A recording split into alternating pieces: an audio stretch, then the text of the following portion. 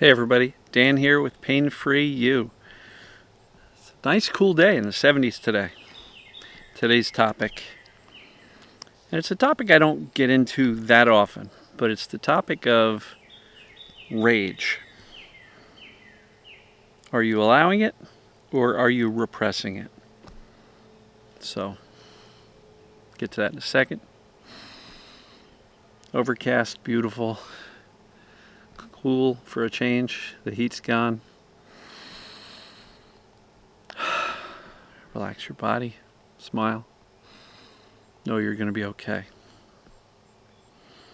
So the topic of repressed rage has been, a big focus of the mind-body community ever since Dr. Sarno started teaching and writing in his books about how repressed emotions, primarily anger and rage, were responsible for the brain turning on symptoms to distract us from these repressed emotions.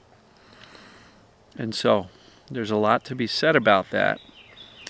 And I'm not debating that. I think it's a valid point because the brain perceived these emotions as dangerous, so it turned on something physical like pain to distract us from the psychological, which the brain thought was dangerous.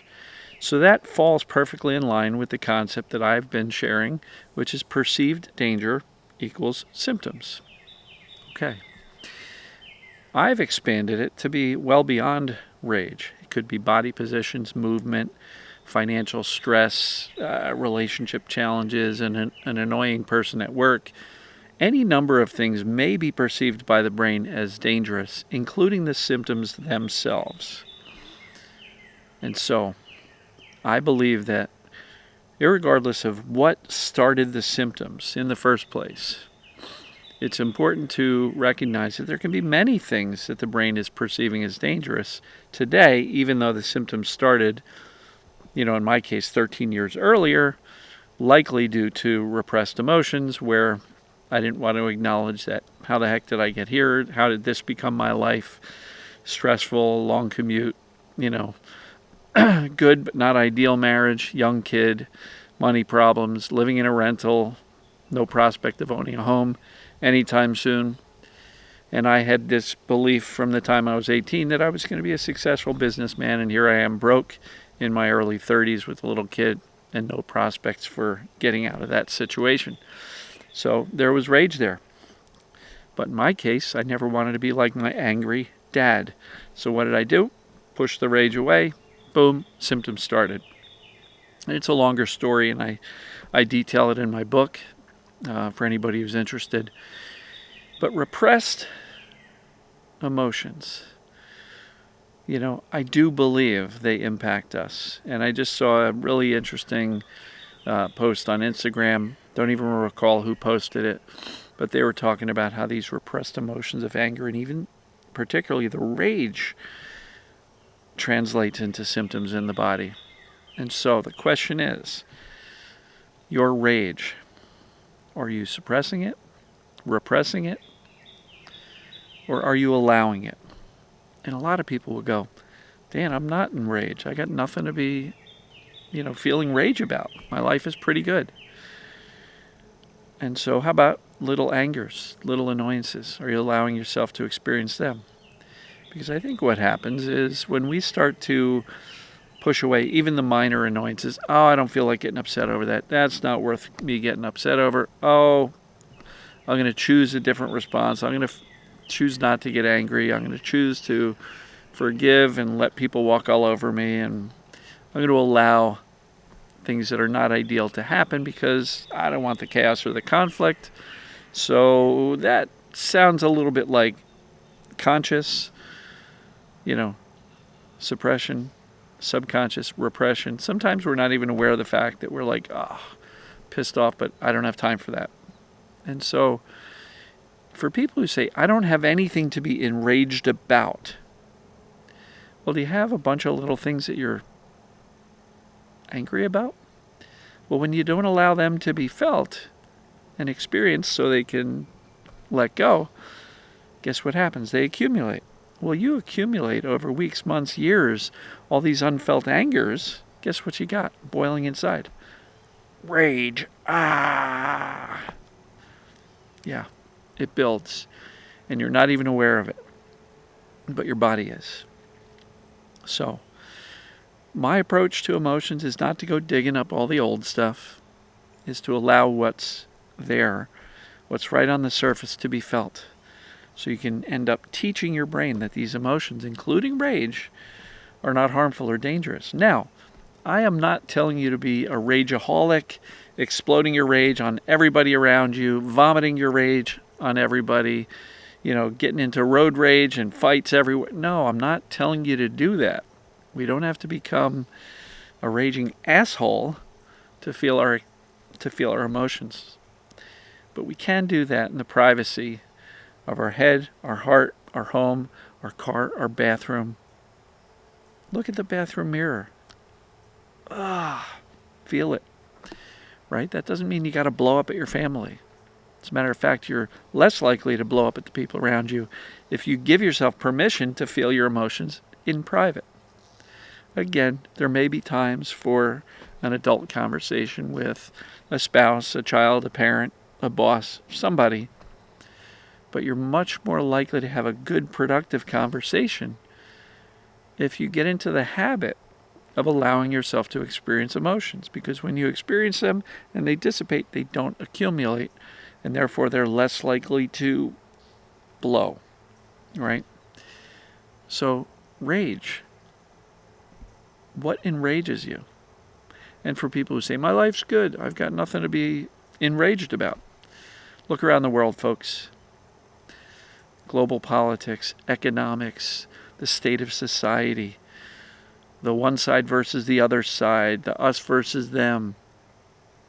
If you really pause for a minute, there's plenty to be enraged about. Now, that doesn't mean we have to hurt. That doesn't mean we have to go out there and become an activist and do all this stuff. But just acknowledging that sometimes being a human includes anger, sadness, hurt, jealousy, rage, all of the above. It's part of being human.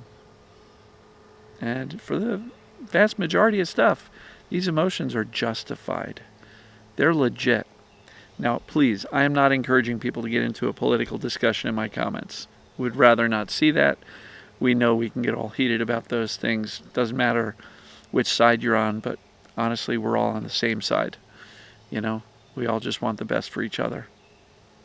We all just want the best for our respective countries and fellow countrymen and women. So, let's not get into a political debate, because that's likely to create more rage.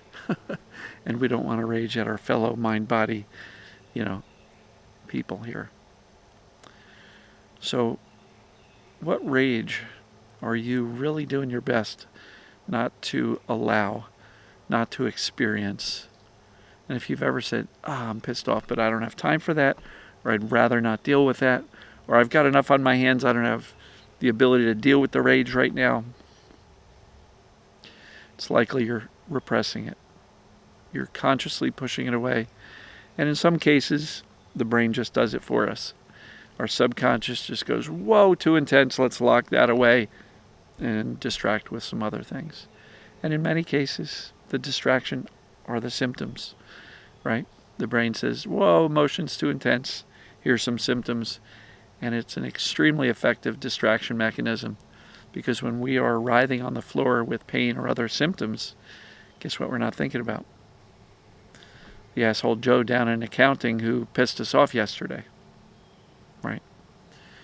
So, I'm not telling you that you've got to go dig up everything from your past.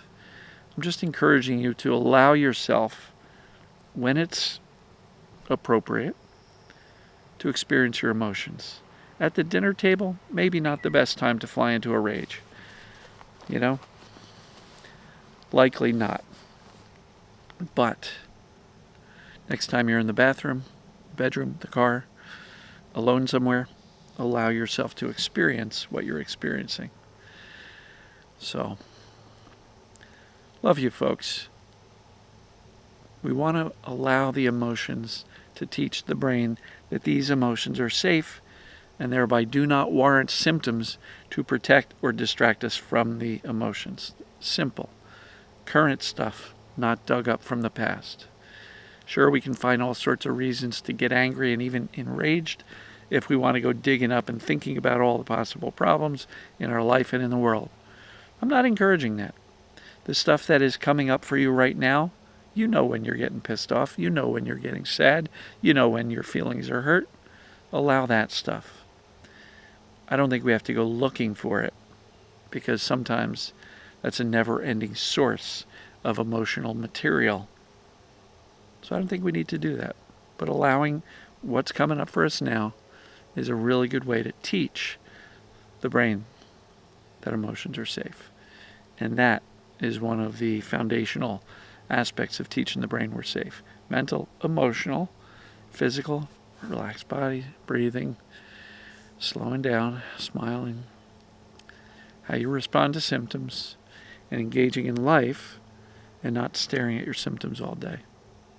So, love you folks. I will see you tomorrow. Take care.